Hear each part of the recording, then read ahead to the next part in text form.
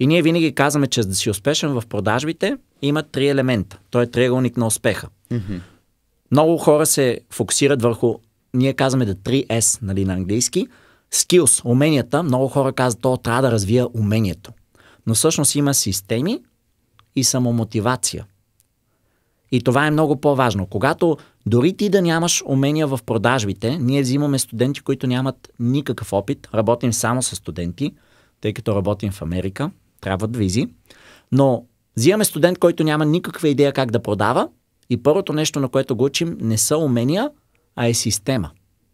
Система за успех. Какво да правиш? В колко ставаме? Какво правим сутринта? Как си организираме деня? Когато почукаш на врата? Как заставаш? Като ти отворят? Какво точно казваш? Какъв е? Даваме скрипт, дума по дума. Ако искаш да си добър търговец, трябва да имаш скрипт в компанията.